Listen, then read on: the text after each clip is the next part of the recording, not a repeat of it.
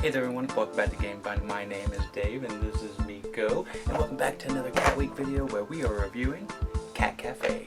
Let's do it, Miko.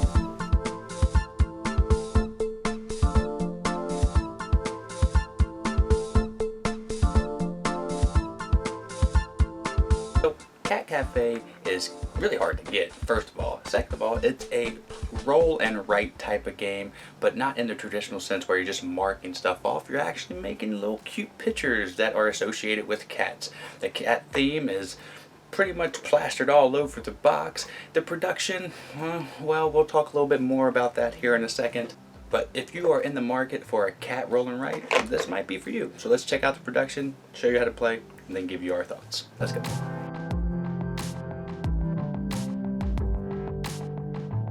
Alright, so this is what you get in the box of Cat Cafe, and for the most part, it's a disappointment.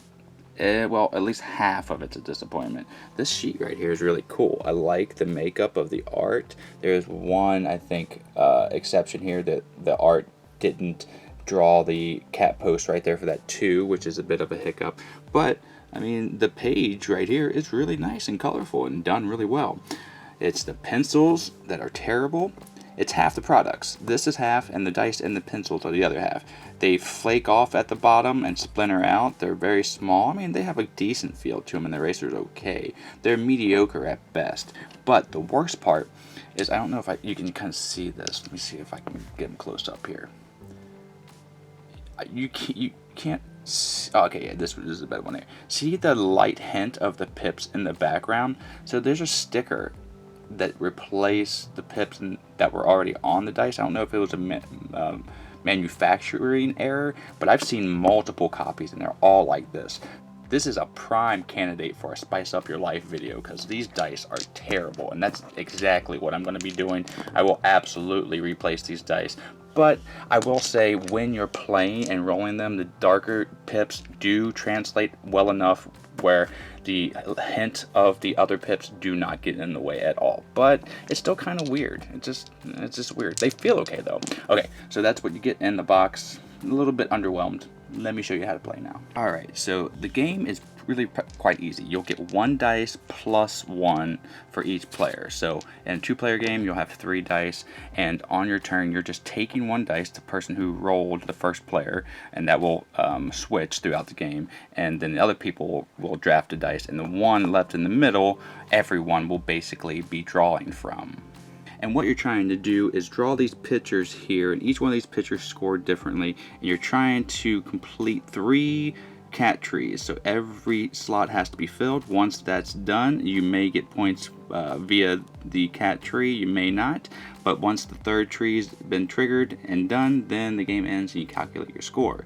Again, on your turn, all you're doing is rolling the dice, drafting 1 dice, keeping 1 dice in the middle for everyone to draw from, and then drawing a picture in every round. So what do these little pictures actually do? Well, let me explain. When you roll the dice here, you'll be drawing a number that you're going to be drawing in with the hex. As you can see, they have little numbers in the corner here. So if I pick a 3, I get to go and draw a picture in any one of these 3s that are open and that don't have a scratching kind of rope post, but they don't have numbers. So any 3 number I can draw in. Now the dice that's in the middle, that will be corresponding to what everybody's going to be drawing picture wise.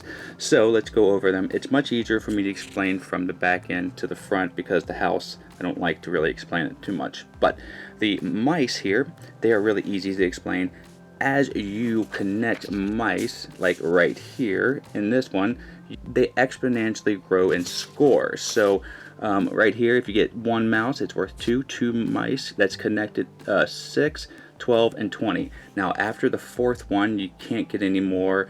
You would have to start a new chain, so 6 mice that are connected would be worth 26. And the next one here is the pillow. Really quite simple. It's if you get a 5 on the middle dice, whatever land it is on, so point wise, that's how much the pillow is worth. So you want to get them up in 6 to get 6 points. 5, 4, 3, 2, 1, all that. Really simple.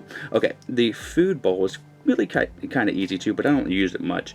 It's gets points based on how many different icons that are around it. So if it has a butterfly and a yarn, and a pillow will get 3 points, but if it has 2 yarns and a butterfly, it would only get 2 points because the yarn duplicated. It has to be different items. Now the butterfly is really cool. It's just worth 3 points, but it allows you to get these little paw prints. You can also pass your turn to get 3 paw prints.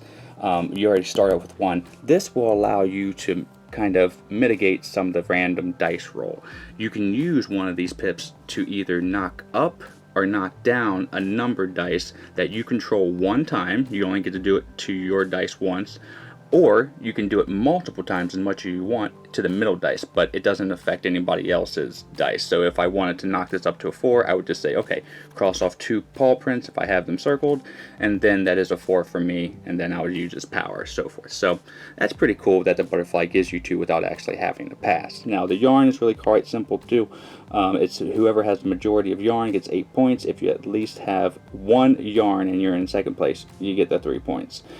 Now we get to the house. Okay, so in this case right here, I have a house where? Right here. I have a house right here. Now, whenever you write a house, instead of scoring at the end of the game, it's going to score immediately in this little blue row. You draw a house wherever you have to, and then you pick one of these cats that don't have a number in the blue box here, and you score for however many emblems appear on the board times 2.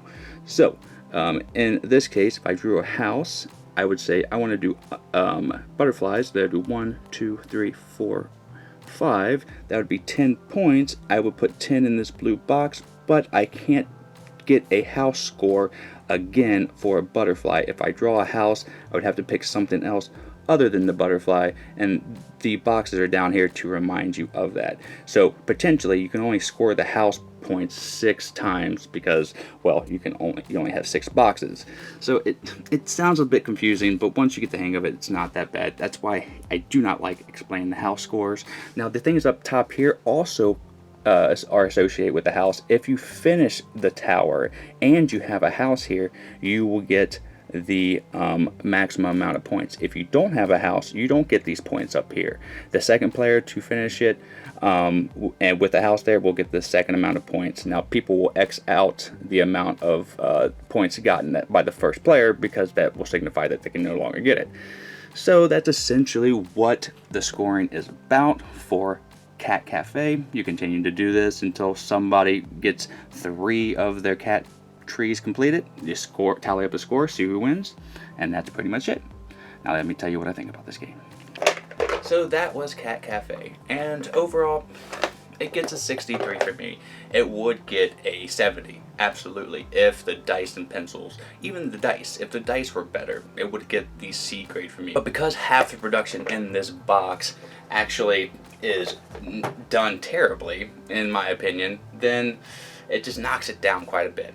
But the actual roll and write aspect of the game is nice. I've played quite a bit of roll and writes in my day. This one here does add a twist and makes it a theme that I love. It is very much a cat game. So if you are a cat lover or you have a cat lover in your family, this game will go over well. Really easy to teach with the exception of that silly ass house roll, and super fast that you can bust out a whole bunch of games. Though I'm still not good at scoring as well as my partner. She's just really good at scoring. But this game doesn't really suffer from any kind of AP, doesn't really suffer from one player will beat the person every time, because you do have to strategize and it's different every time. So if you know the game and you've played it more and you play a noob, you might beat them. But beyond that, if everybody's at the same play level, I think it's anybody's game. I like this game. I really do. I wish it would get brought back into production with better dice and maybe some other cool aspects to it. Maybe some tokens and an expansion maybe might fix what is terrible about the game, which are dice and pencils. But the cat theme's fantastic. The game's pretty good, so I do recommend this. If you want this to be prettier, you're going to have to get your own dice, which I plan on doing and making a video for that in the future. So thank you so much for joining me in today's review. I hope it was informational and I hope you enjoyed it. So click a like and subscribe until the next time that I see you. Have a great rest of your day and a great time with all you play. The link for this game may be down the bottom. Like I said, it was pretty hard to get. Until next time that I see you. Bye everybody.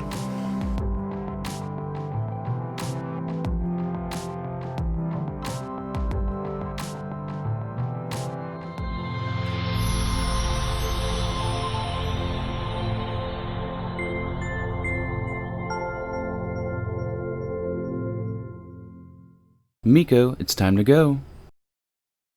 Good girl, Miko.